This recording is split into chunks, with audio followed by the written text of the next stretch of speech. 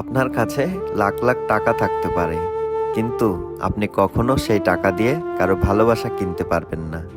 ভালোবাসা এমন একটা জিনিস যা টাকা দিয়ে কিনা যায় না।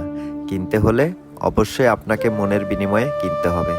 তারপরও স্বার্থের এই দুনিয়ায় আজকাল সত্যিকারের ভালোবাসা খুঁজে পাওয়া খুব মুশকিল। সেই ছোটবেলা থেকেই বাবা মা থাকার পরও মানুষের অযত্ন আর অবহেলায় বেড়ে ওঠা আমি একজন, যার কারণে বেশি মানুষের সাথে উঠবস আর কথা বলতে আমি খুব ভয় পাইতাম। সেই থেকে আজও আমি কথা বলার প্রতি খুব দুর্বল। তবে জীবনের সাথে যুদ্ধ করে সেই কথা বলার দুর্বলতা কাটিয়ে ওঠার চেষ্টা করে যাচ্ছি প্রতিনিয়ত। অনেকেই আমাকে প্রশ্ন করে, ভাই আপনার এত দুঃখ কেন? সত্যি কথা বলতে আমার জীবনে একটাই অভাব, সেটা হচ্ছে ভালোবাসা। কেউ আমায় একটু ভালোবাসলে আমি তার প্রতি অনেক দুর্বল হয়ে যাই এবং চেষ্টা করি তার চাইতে দ্বিগুণ ভালোবাসা তাকে দেওয়ার জন্য।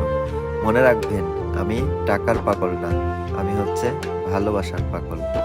এসব কথাগুলো আমি বলতাম না, বলার একটাই কারণ, সেটা হচ্ছে মানুষ আমার সাথে বিনা কারণে শত্রুতা করে। আপনারা জেনে অবাক হবেন, যারা আমার সাথে বিনা কারণে শত্রুতা করে আমি তাদেরও ভালোবাসি, কখনো শত্রুর চোখে দেখি না।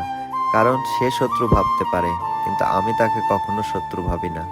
যাই হোক, আমার জীবনে আমি কিছু ভালোবাসার মানুষ পেয়েছি, যেটা দেখে অনেকেই সহ্য করতে পারছে না, যার ফলে প্রতিনিয়ত তারা বিভিন্ন জায়গায় এবং বিভিন্ন সময় আমাকে নিয়ে সমালোচনা করছে। তাদের বলতে চাই, এসব বাদ দেওয়া যায় না।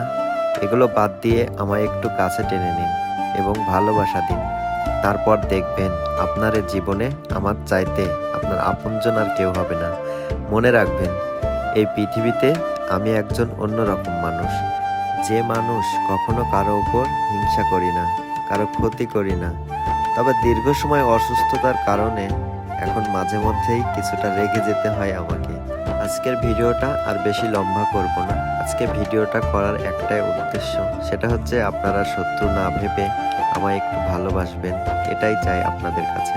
সবাই ভালো থাকবেন। আবারও কোনো একদিন আমার জীবনের গল্প নিয়ে আবারও চলে আসবো আপনাদের সামনে। আল্লাহ হাফেজ।